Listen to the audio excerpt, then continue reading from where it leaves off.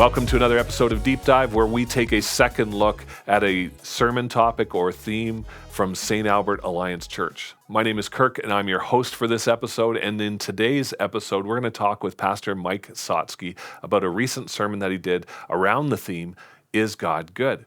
We're going to talk about freedom. We're going to talk about corruption. We're going to talk about one of the practical implications that we have as we begin to reflect and think deeply about this question, is God good? It leads to some responsibility that you and I have in this world. Stay tuned. Thanks for sticking with us. We are talking today with Mike Sotsky, who is our pastor at soon to be not pastor. Mike preached his second to last sermon. He's headed to Crosspoint Alliance Church, where he's going to be the lead pastor. But right now, he's associate lead pastor of St. Albert Alliance Church. And Mike talked recently about a sermon that he preached on the topic or the theme of, is God good? And so I thought, let's ask Mike some deeper questions. Let's go deep and let's talk about this. Yeah. So one of the things that stood out to me, Mike, was this definition that you gave us around evil. You said that evil is the corruption of goodness, that it is the corruption of creational and relational goodness. Yeah. And I'd never heard a definition like that before. Yeah. And I thought, that's great.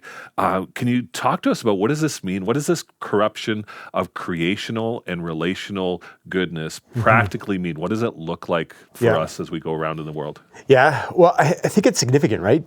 God, as he created all the things in the world, man, woman, all the stuff, he gave them a mandate to walk in relationship with him, but also to be stewards, basically, to care for, to use what he provided to meet their needs. And if we look kind of back to the start of things, we see that break in a relationship, right? Yeah. Adam and Eve, they make a decision to choose to be, in some ways like God. They're like, they were deceived, saying, wow, why wouldn't God want you to know these things? This is life for you. And it brought this break in that relationship that God had created them for, desired for them, and it brought separation. We see that continue to manifest itself and work itself out in our relationships as we continue to make choices for ourselves. The call of Jesus is basically telling us and inviting us to be people who love God with all our heart, soul, strength, and mind, and then love our neighbor like ourselves. And oftentimes the problem in relationships with people is that we make choices that cause a break, whether that is choosing to put our own needs first, choosing to make sure that I get mine before others are taken care of. And I think part of the call of being followers of God and choosing to live our lives with him as first in each area requires us to learn to put others first. And so the break in relational goodness is actually this break of saying, I don't see somebody as a person that's valued and loved by God. Yeah. I see them at times as either enemies because they're the ones getting promotions over me. I see them as enemies because they have different opinions. I view their agenda or their ideals as different than mine, and I think they challenge my position or the things that I want for the world around me. And so instead of seeing them as God would see them, as people loved by him, created in his image, that he desires a relationship with, we see them as like opponents, people to kind of climb above, to be, hopefully they're a lower rung on the ladder for us. And so we make this relational disconnect. We see them as people that just have, monetary value as opposed to like worth and value in the eyes of God. So that, I think, leads to this place of a relational break. And so that break of relational goodness. The other side of it is this creational goodness. God empowered, called Adam and Eve to be stewards of the world, all that he had put in it. And I think at times we have a disconnect from our connection to the world that we live in. Lots of times we look at stuff that, again, meets our needs. How do I get the things that I want to enjoy without thinking of some of the consequences broadly of those choices, those impacts? I think there's, lots of talk in the news media around climate change and people's different perspectives on that. And I think there's a place for us as followers of Jesus to be aware of and intentional with how we steward this world that we're in. Yeah. Right? The picture of the kingdom of God being established in this world is the renewal of all things. Yeah. And so how do we as followers of those that would say, yeah, God is number one in our lives and we want to follow him and walk in relationship with him, how do we be people who join in the renewal of all things, caring for the world, the creation around us, whether that's our resources that are in this world, thinking about not just what's happening here, but happening across the globe, because it is all intertwined together. And so I think there's that space of here's the break in creational goodness that happens because we continue to make choices to say, wow, it's about mine. It's about what I get to enjoy. It's about making sure I have what I want, when I want it, and how I want it, without thinking about the necessary impact on either on others or on the world around us.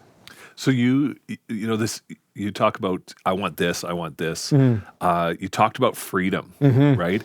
And that freedom and this, God gives us freedom, and this leads to some problems in life. Yeah. Expound on that a little bit. Yeah, it really is laid out for us with Adam and Eve as a starting point, but like all throughout Scripture, but we see it in our own lives, right? Adam and Eve, God's like, hey, you've got all of this to enjoy. The garden is yours. All the provision, all that you need to just flourish in life is yours. I just don't want you to eat from this one tree. Right. And Adam and Eve make this decision to say, actually, I'm not sure if that's right. Why don't I deserve to have all of these things?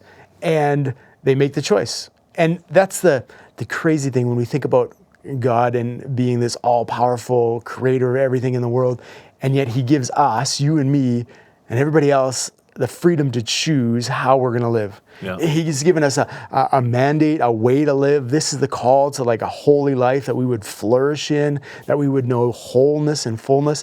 And then he says, but you get to choose. Yeah. And lots of times I think we short-circuit the wholeness and fullness that God desires for us by making choices and decisions that might gratify the moment and instantaneous things. And that at times means taking advantage of others. That at times meaning, exploiting resources that we have in the world that we live in. You were just talking about. Yeah, and taking those things apart. And so I think that's often the challenge. It blows me away at times that God would say, hey, you've got the freedom to choose. Oftentimes it's this picture we relate to our kids. We love our kids. We want our kids to love us, but we can't force them to love us. And as parents, that can break our heart because kids can make all sorts of choices and decisions.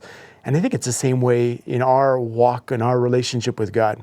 He desires us to choose a way to follow after him. And yet so often our choices either bring harm for ourselves in the decisions we make, harm to others because of the decisions we make against them, about them, using them. And it causes this harm and this break in connection and relationship that is actually what we've been created for. Yeah. Do you think that sometimes, or would you say that sometimes God gets blamed for the evil in the world that actually we're the blame for, right?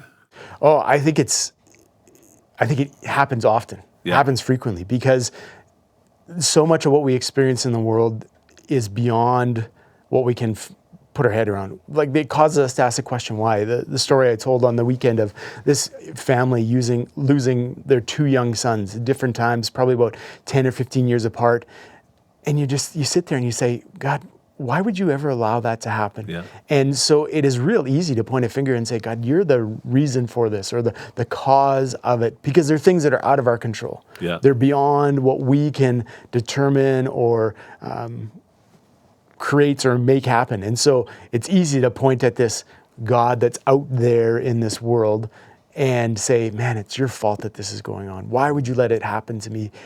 Without kind of pulling back to that 30,000 foot view and being like, oh, that's probably the results of either my choices or the choices of somebody else. Right. As opposed to, well, God brought this or inflicted this or made this happen. Right. So it's challenging. The freedom thing, like a lot of times we blame God for something, right? And like, why didn't you stop that person from doing something? Mm-hmm. And as I was listening to you on Sunday, I thought about how we want, like, if you do something against me, right? It's like, God, why didn't you stop Mike from doing it, right? Yeah. But don't interfere with my freedom. Yeah. But please interfere with Mike's freedom. Yeah, right? We think that it's a pick and choose, right? Yeah. God can stop this bad thing from happening, And then to the opposite end of like, man, don't interfere with my freedom at all. Like I want to make sure I have the ability to choose and do what I want to do and be where I want to be, and nobody can tell me different. And yet we hope that God would interfere with somebody else's plans or freedom to choose.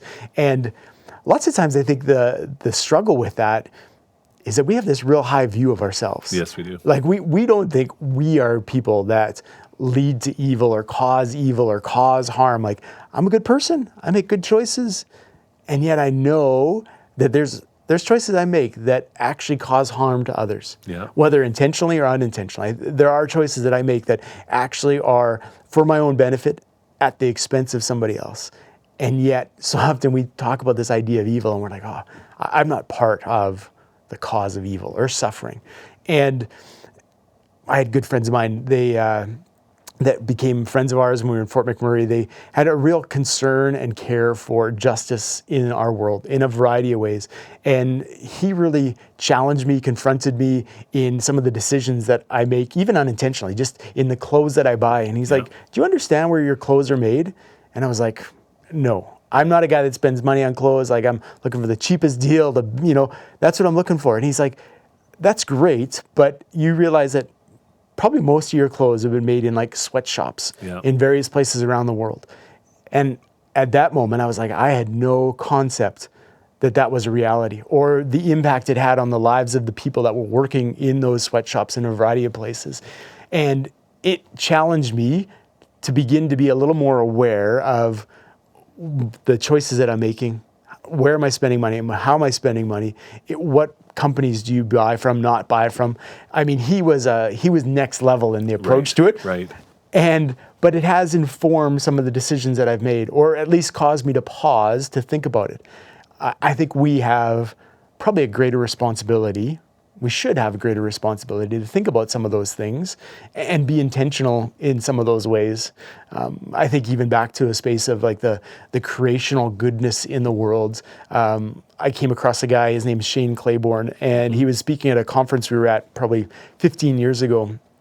And he was talking about the way that his community was trying to change the impact of industrial toxins in industrial wastelands in kind of around the Philly area in the States. And one of the ways that they were doing it is that they were taking super soakers filled with like clover seeds and spraying it into these industrial wastelands because it did something with the chemicals and the toxins. And I was just like, okay, these are not things that I'd ever thought about. I grew up in Fort McMurray, the oil capital of the world, and we're extracting everything and we're reclamation of stuff and trying to do good things, but this was kind of next level. And what it did was it challenged me in some ways to think about what are the impact of the choices that I make. And lots of times, especially in North America, we're pretty disconnected from the impact some of our choices have. For sure. And so the thought of, there's evil and we can easily blame it on God, and yet there are ways and means that I think we have a piece to play in what happens in the world around us. And a responsibility then to try and do different. Because we are some of the top 10% in the world, right? And so, I think it came to light, I think for me during COVID, how much we are dependent on some of the poorest cultures in the world.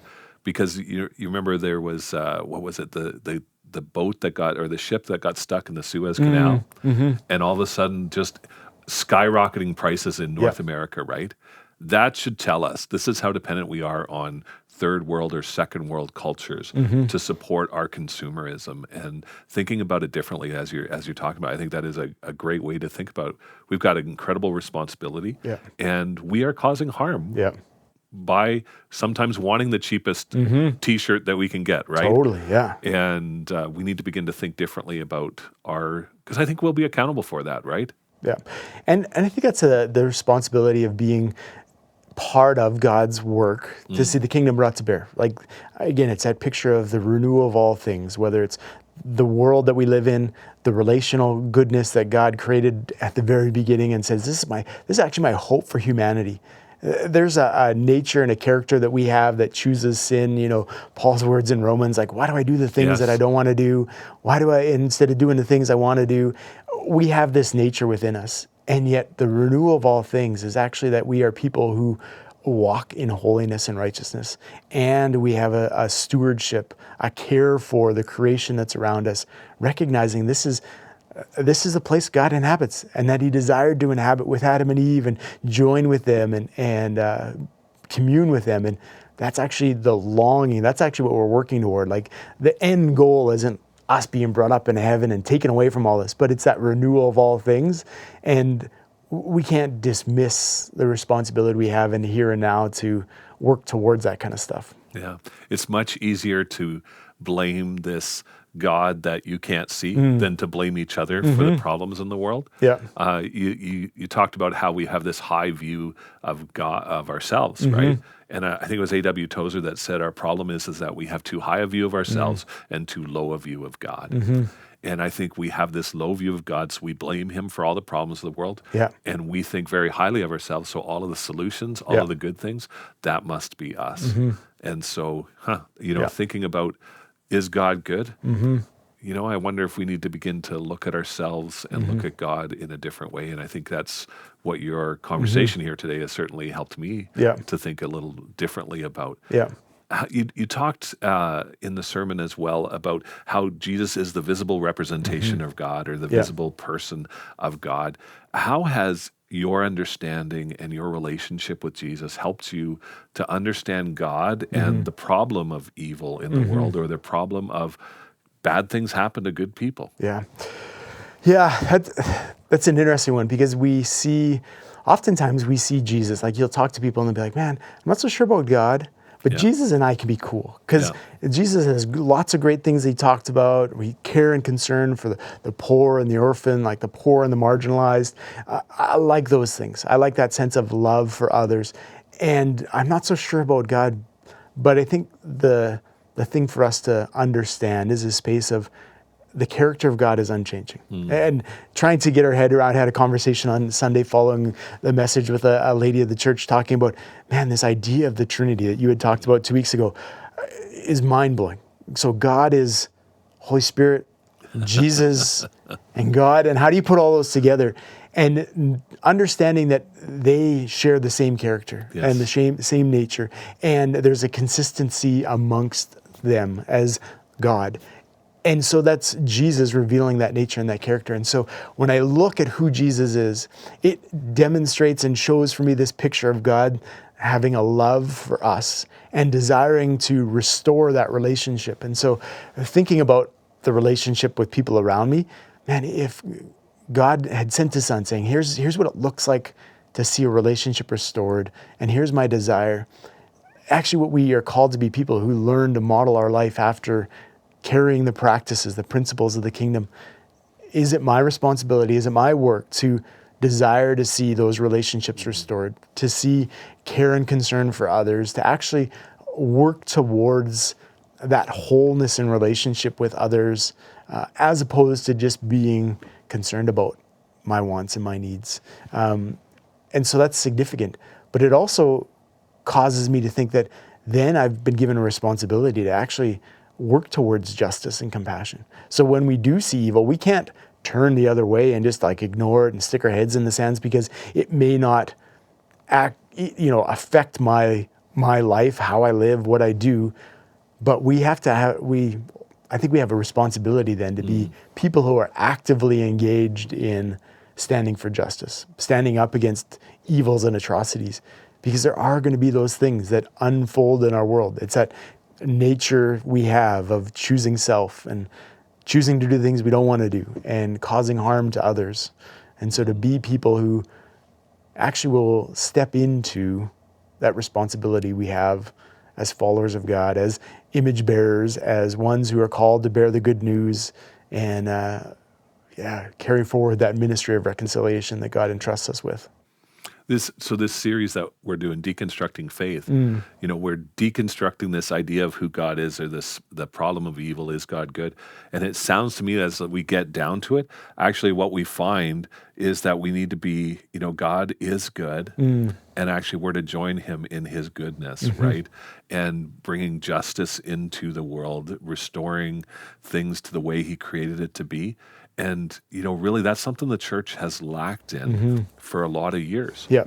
And so deconstructing it, we get down to this place. This is one of the benefits of deconstruction is that you tear it down, not tear it down, maybe that's the wrong word, but you begin to challenge and reflect deeply about it, and you find out it's like a reduction, right, of a sauce, and you get down to the thing that is important. Is God good? Yes. And actually it leads to me saying, I got to be about justice. Yeah.